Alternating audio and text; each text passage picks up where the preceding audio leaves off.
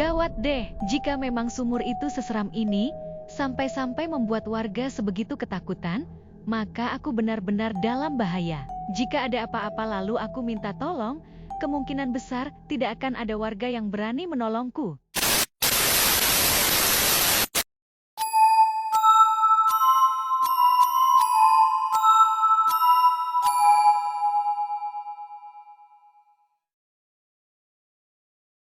Assalamualaikum warahmatullahi wabarakatuh. Kembali lagi bersama saya di channel Danger Zone. Jadi di segmen Kismis Kisah Misteri kali ini, saya menceritakan tentang pocong sumur tua. Sebelum masuk ke ceritanya, alangkah baiknya kalian dukung channel kami dengan cara subscribe, like, comment, and share ke teman-teman kalian semua, agar kami lebih semangat lagi untuk membuat video-video yang lebih menarik lagi. Oh, tanpa banyak basa-basi kita gas ke ceritanya. Kismis Kisah Misteri dimulai. Antara berani dan tidak, antara aku ambil dan aku telantarkan, pilihan yang sama-sama tidak menguntungkan bagiku. Mengingat aku ini seorang pengecut stadium lanjut. Mendengar kucing berantem tengah malam saja aku langsung menyembunyikan kepalaku di bawah bantal. Apalagi harus ke tempat angker seperti sumur yang dihuni pocong itu. Terlebih tadi juga ada korban tewas yang mungkin kini telah jadi hantu. Jika aku ke sana, bisa jadi aku dikeroyok oleh setan pocong dan setan orang yang baru saja tewas di dalam sumur tersebut. Apa aku biarkan saja ya? Dan berusaha mengatakan pada ibu bahwa ini ulah Gwen, tapi mana mungkin ibu tiriku percaya dengan ocehanku. Bisa-bisa emosinya berlipat ganda. Mengingat Gwen itu anak kandungnya, dan otomatis dia bakal lebih dipercayai ketimbang aku yang anak tirinya. Ah, sudahlah. Kalau hanya dipikir, tidak akan menyelesaikan apa-apa. Dihadapi sajalah entar apa yang akan terjadi. Yang penting aku temukan dulu jahitan malapetaka itu, baru berurusan dengan pocong. Semoga saja dia lagi sibuk dan enggan keluar malam ini. Amin. Kayuhanku semakin berat karena arah yang kutuju melawan arus angin yang malam ini lumayan kenceng. Dengan tubuh sekerempeng ini, membuat semakin banyak tenaga yang kukeluarkan. Keringatku berlomba-lomba berjatuhan dari ujung pipi yang mengalir dari dahiku yang sudah tampak ada 5 jerawat. Lampu-lampu jalanan menjadi sumber peneranganku yang utama. Heran deh, dari tadi tidak ada satupun orang yang lewat saat aku sudah memasuki batas desa. Gumamku dalam hati, semua pintu rumah juga ditutup rapat-rapat. Tak ada satu batang hidung pun yang nongol di perumahan walau sekedar ngumpul bersama tetangga. Apa ini gara-gara sumur tua itu ya? Gawat deh. Jika memang sumur itu seseram ini, sampai-sampai membuat warga sebegitu ketakutan, maka aku benar-benar dalam bahaya. Jika ada apa-apa lalu aku minta tolong, kemungkinan besar tidak akan ada warga yang berani menolongku. Paling-paling keesokan paginya baru mau menolong, itu pun menolong mengeluarkan mayatku dari lubang sumur pocong itu. Akhirnya, aku sampai juga setelah setengah perjalanan ditemani pikiran paranoidku tentang kematian, pocong dan omelan ibu tiriku. Aku memarkir sepedaku sembarangan, karena sudah tidak berpikir lagi tentang keamanan kendaraanku itu. Toh tidak ada satu manusia pun di sini. Jadi maling pun sepertinya takut berkeliaran di tempat ini. Sekarang aku berada 100 meter menuju sumur tua itu.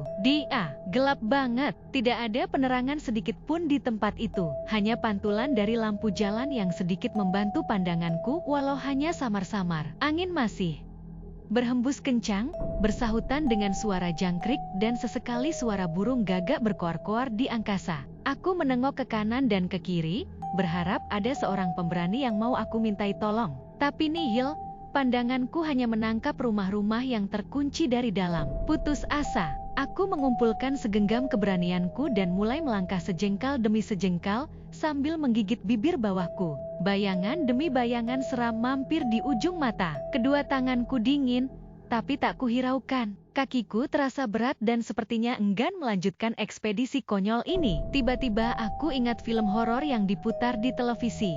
Biasanya setan suka ngangetin dari belakang. Langsung aku nengok ke belakang secepat kilat, sambil menutup mata dengan satu tangan.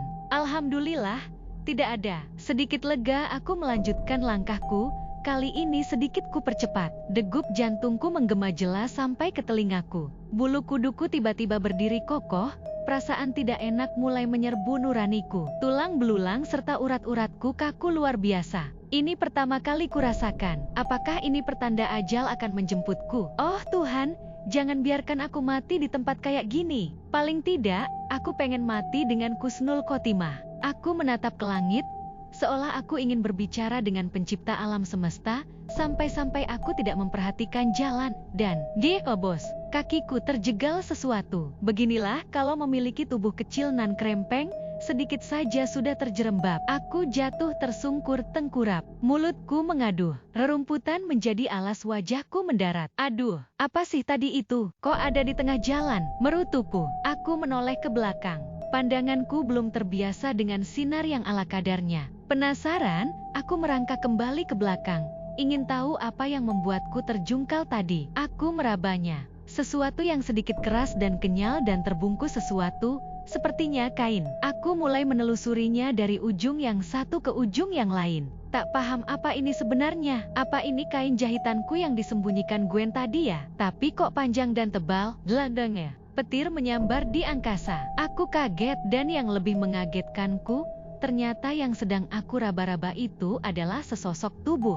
Bukan sesosok tubuh biasa, tapi tubuh yang sedang dibungkus kain kafan usang alias pocong. Matanya melotot kepadaku. Pocong itu tergeletak miring, sedangkan aku jongkok dan memegang bahunya. Wajahnya dan wajahku hanya berjarak beberapa senti. Nafasku sesak, paru-paruku seperti gagal fungsi, syarafku tak bisa berfungsi seperti sedia kala rasanya. Ya Tuhan, inikah yang namanya pocong? Tubuhku gemetar dari ujung kepala sampai ujung kaki. Gigi-gigiku juga gemerutuk saling beradu. Mataku melotot seperti mau copot. Sosok yang amat menyeramkan yang biasa kusaksikan di film-film horor, kini berada di depanku. Dan bukan hanya di depan, aku bahkan menyentuhnya. Wajahnya yang amat rusak terpancar aura dingin dan amat jahat. Sorot matanya yang sesekali kulirik mengisyaratkan bahwa aku seharusnya tidak datang ke sana. Aku ingin berteriak histeris berharap membangunkan semua penduduk lalu berbondong-bondong ke sini. Tapi faktanya, rasa lapar dan dahagaku membuat tenggorokanku mati rasa.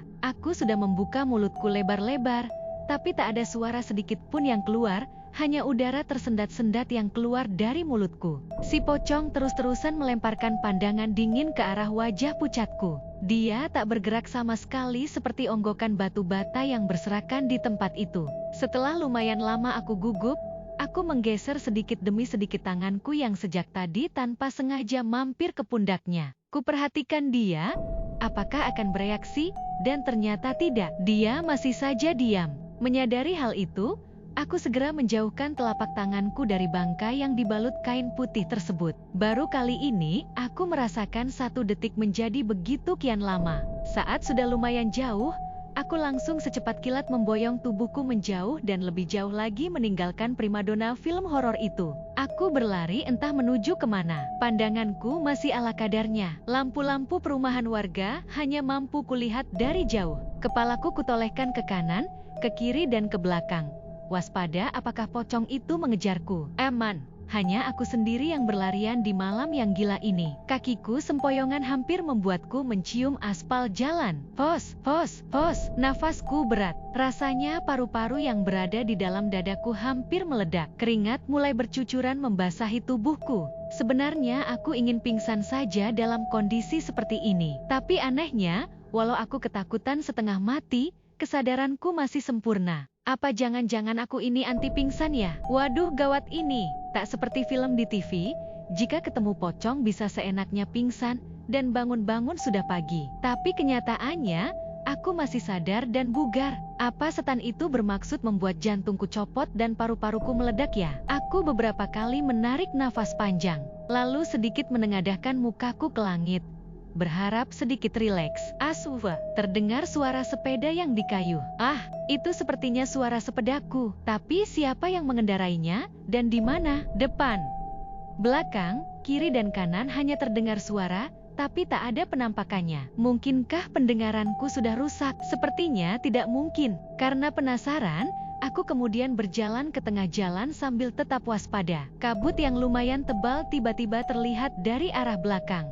Seketika aku menoleh. Suara itu semakin lama semakin dekat, dan makin dekat lagi. Ah, tidak. Pocong itu kembali terlihat. Dia tampak bertengger di boncengan sepedaku. Masih dengan tatapannya yang tajam, dia terus menatapku, sementara sepeda tuaku berjalan ke arahku tanpa dikayuh. Asuwa, asuwa. Makin lama semakin cepat, dan semakin cepat itu pula aku berlari ke depan. Suaraku masih tak bisa keluar walau sekedar untuk berteriak. Tenggorokanku hanya mampu menelan ludah. Oksigen yang kuhisap serasa tak bersahabat.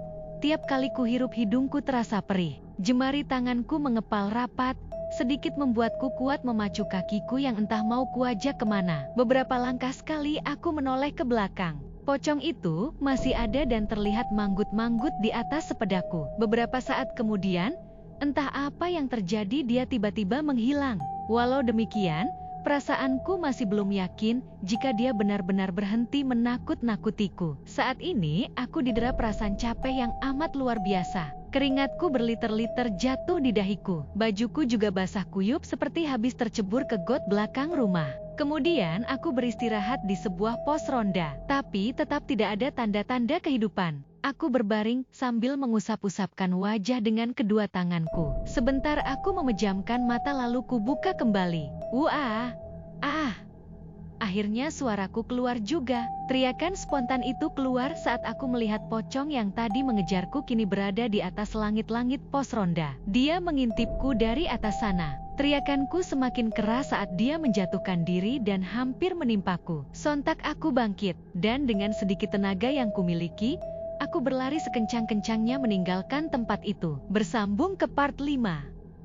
Oke, mungkin segitu saja cerita yang bisa kami sampaikan. Mudah-mudahan dapat menghibur kalian semua. Dan jangan lupa ikuti kami terus ya. Wassalamualaikum warahmatullahi wabarakatuh.